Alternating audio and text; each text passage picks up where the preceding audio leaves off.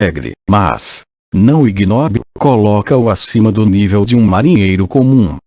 Nesse ponto, os comunicados bem escritos e urgentes para os jornais colaboram com tal hipótese.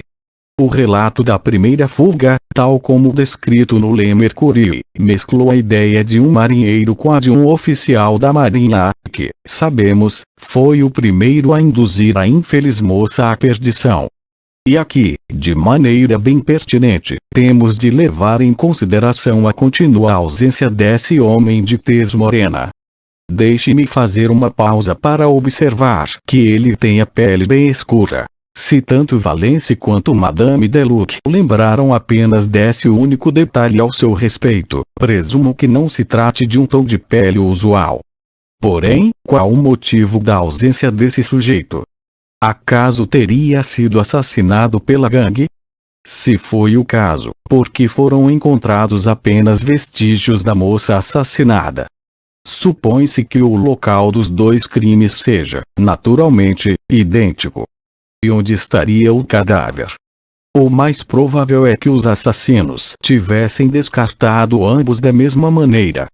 Podemos supor que o homem está vivo, impedido de se apresentar por receio de ser acusado de homicídio.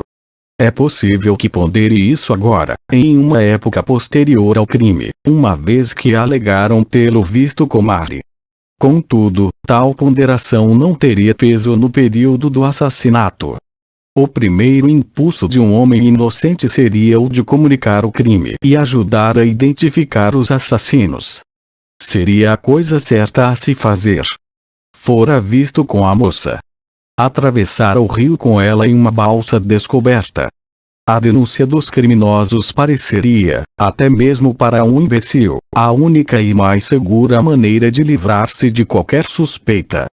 Não podemos supor que, na noite do fatídico domingo, ele ignorasse o crime e fosse, ao mesmo tempo, inocente. No entanto, apenas considerando tais circunstâncias é possível imaginar que, estando vivo, não teria denunciado os assassinos. E quais são nossos meios para alcançar a verdade? À medida que prosseguimos, tais meios se multiplicam e se tornam mais distintos. Esmiuçaremos o caso da primeira fuga. Vamos conhecer a história completa do oficial, quais são suas circunstâncias atuais e seu paradeiro no exato momento do assassinato.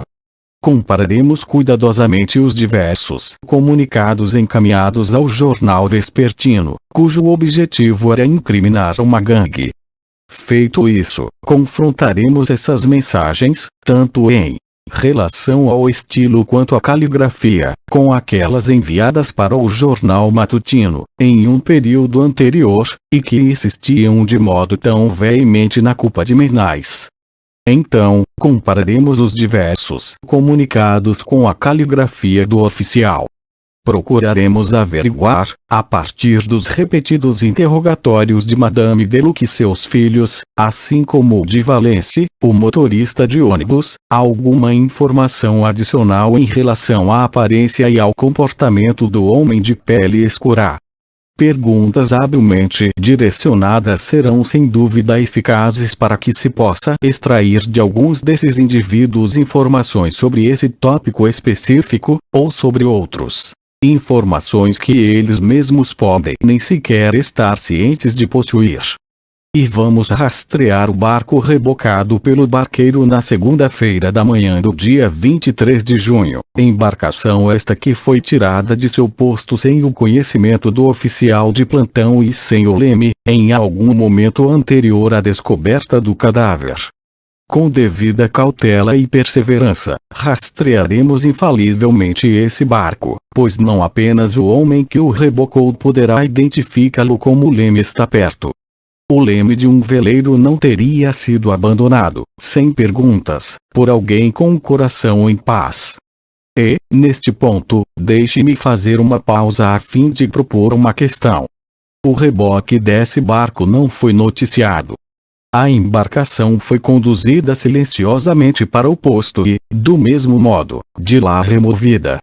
Contudo, como seu proprietário, ou quem o utilizava, poderia ter sido informado logo na terça-feira de manhã, quando nenhuma informação foi divulgada a respeito, sobre o paradeiro do barco que fora rebocado na segunda-feira, a não ser que possamos imaginar alguma ligação com a Marinha, uma conexão permanente e pessoal que facultasse o conhecimento de suas atividades e informações internas. Ao me referir ao assassino solitário que arrastou o corpo até a margem do rio, já contemplei a probabilidade de que ele possa ter utilizado um barco. Logo, aduzimos que Marie Roget foi jogada de um barco. Parece-me o mais natural. O cadáver não poderia ter sido confiado às águas rasas da margem. As marcas peculiares nas costas e nos ombros da vítima se coadunam com as treliças de um barco. Que o corpo tenha sido encontrado sem um peso adicional também colabora com essa hipótese. Se tivesse sido atirado da margem para a água, o assassino certamente teria prendido algo ao cadáver para fazer peso. Só podemos justificar essa ausência se supormos que o assassino não tenha tomado tal precaução antes de atirar o corpo na água. Ao fazê-lo, de certo se deu conta do descuido, mas então já era tarde demais. Qualquer risco era preferível a ter de voltar à amaldiçoada margem. Tendo descartado um macabro fardo, o assassino teria se apressado de volta à cidade. Então, em algum cais obscuro, chegar em terra firme. O barco, contudo, acaso o teria aferrado? Estaria com muita pressa para perder tempo prendendo um barco. Ademais, ao aportá-lo no cais, teria sentido como se estivesse produzindo provas contra si mesmo. Seu instinto natural seria apartar-se de tudo que apontasse para sua ligação com o crime. Não apenas teria fugido do cais, mas também não teria permitido que o barco ficasse lá. Sem dúvida, o teria largado à deriva.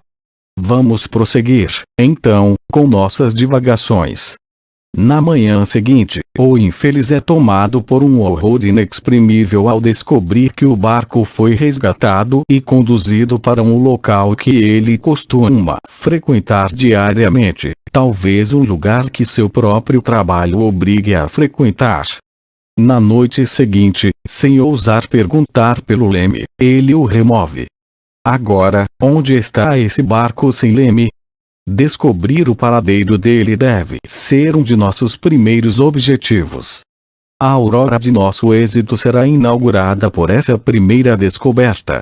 Esse barco há de nos guiar, com rapidez surpreendente, aquele que o utilizou à meia-noite do fatídico domingo.